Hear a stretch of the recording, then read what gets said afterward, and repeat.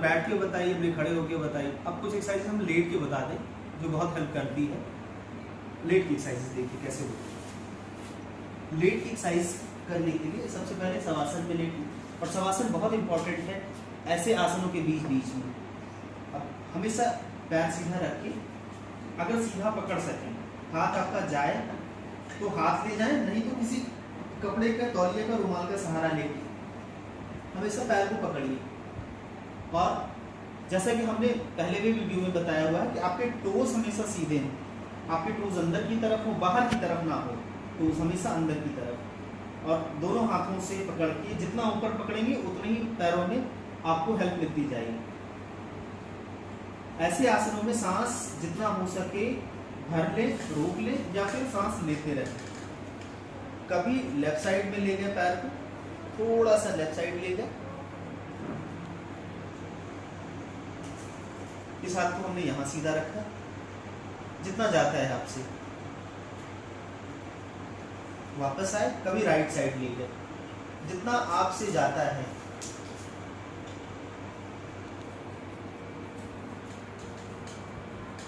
और अगर सर्वाइकल हो, स्पॉन्डिलाइटिस हो, तो आपको गर्दन इधर उधर ज़्यादा मूव नहीं करना है, आप ऊपर ही देखते रहें, चलेगा। वापस आए, सांस लिया, पैर रखा, थोड़ा सा रेस्ट किया, थोड़े से रेस्ट के बाद दूसरा वाला पैर हमने ऐसे ही स्ट्रेच किया। पहले टोज अपने सीधे रखी, सांस भरी, 8-10 सेकेंड हमने सामने ऊपर सीधा किया हुआ, ऐसे ही 8-10 सेकेंड सेम साइड, लेफ्ट पैर है तो लेफ्ट साइड में, राइट पैर है तो राइट साइड। सांस ली, गर्दन बहुत मूव मत करें, केवल मूवमेंट पैरों का ही दें। वापस आए, अपोजिट हैंड से पकड़ के बहुत धीरे धीरे, बस इस बात का ध्यान रखें कि जो आपका दूसरा हाथ है बिल्कुल सीधा, जिससे आपकी कमर में भी स्ट्रेचेस होते रहे। जिस भी आसन में हम जा रहे हैं 8-10 सेकेंड उसमें रुक रहे हैं, सांस ले रहे हैं। वापस आप जो आसन कराने जा रहे हैं वो बहुत इंपॉर्टेंट आसन है, उसे जरूर करें। देखिए, एक पैर हमने दूसरे पैर के ऊपर रखा। अब ये हिस्सा अक्सर रेस्टलेस लेग सिंड्रोम में ये हिस्सा सबसे ज़्यादा पेन करता है। ये हिस्सा हो गया या ये हिस्सा हो गया, तो ऐसे आसन को करना जरूरी है जिसमें ये हिस्सा एक्सरसाइज करने में आसानी हो और उसका हेल्प भी मिले उस हिस्से में एक्सरसाइज करने में। एक पैर यहाँ पे रखा हमने, एक हाथ हमने पैरों के बीच से ले गए और बाहर से नीचे वाले पैर को हमने पकड़ लिया।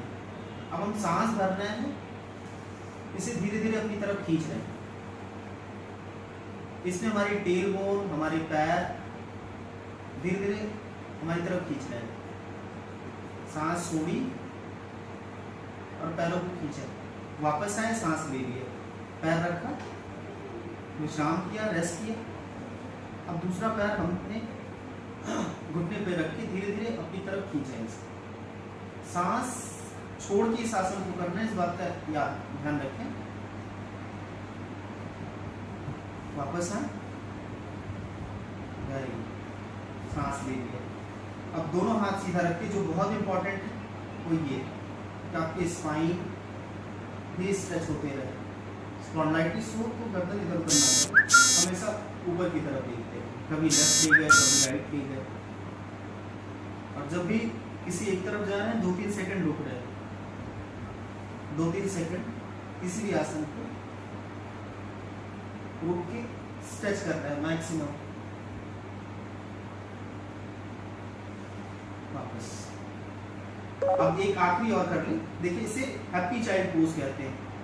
जब भी दोनों पैरों को आप मिला के बटरफ्लाई पोज में अपनी तरफ खींचेंगे तो आपके पैर स्ट्रेच होंगे। धीरे धीरे धीरे धीरे अपने पैरों को खींचिए और रुक जाइए। सांस भरिए और सांस निकालिए। वापस आए, रेस्ट किया। बस इस बात का ध्यान रखिए कि जो भी आप आसन कर रहे हो 2-3 बार जरूर दोहराएं। कोई भी एक आसन को 3 बार जरूर करें। और अगर सांसों का कुछ नहीं समझ में आता है तो ब्रीदिंग करते रहें, सांसों को रोके नहीं। हमेशा ये कहा जाता है कि जब आप सामने झुक रहे हो तो सांसों को निकाल के एक्सरसाइज करें, और आप बैकवर्ड बेंडिंग जा रहे हो तो हमेशा सांस भरें। तो कुछ एक्सरसाइजेस में हम कंफ्यूज जरूर हो जाते हैं, पर इस बात का ध्यान रखें कि अगर ये इस चीज़ के लिए आप बोल रहे हो तो सांस लेते रहें हमेशा, आपके लिए अनईजी ना हो जाए आसन करना या आसन में बैठना। एक चीज़ जो हम शुरुआत में बताना भूल गए कि हमेशा एक्सरसाइज से पहले थोड़ा सा वार्म अप बहुत ज़रूरी है। वार्म अप जैसे जॉइंट्स की एक्सरसाइजेज बहुत इंपॉर्टेंट है, आपका कमर, आपके घुटने, आपके कंधे, इन सब की मोबिलिटी बेटर होना ज़रूरी है। सुबह में अगर आप कर रहे हो तो कोशिश करिए कि सारे नियमित कार्य फ्रेश होने के बाद ही सारी चीज़ें करिए, और शाम को अगर कर रहे हो तो 2-3 घंटे का खाने का जरूर गैप रखिए, तो ये सारे आसन करें, एक्सरसाइजेस करें।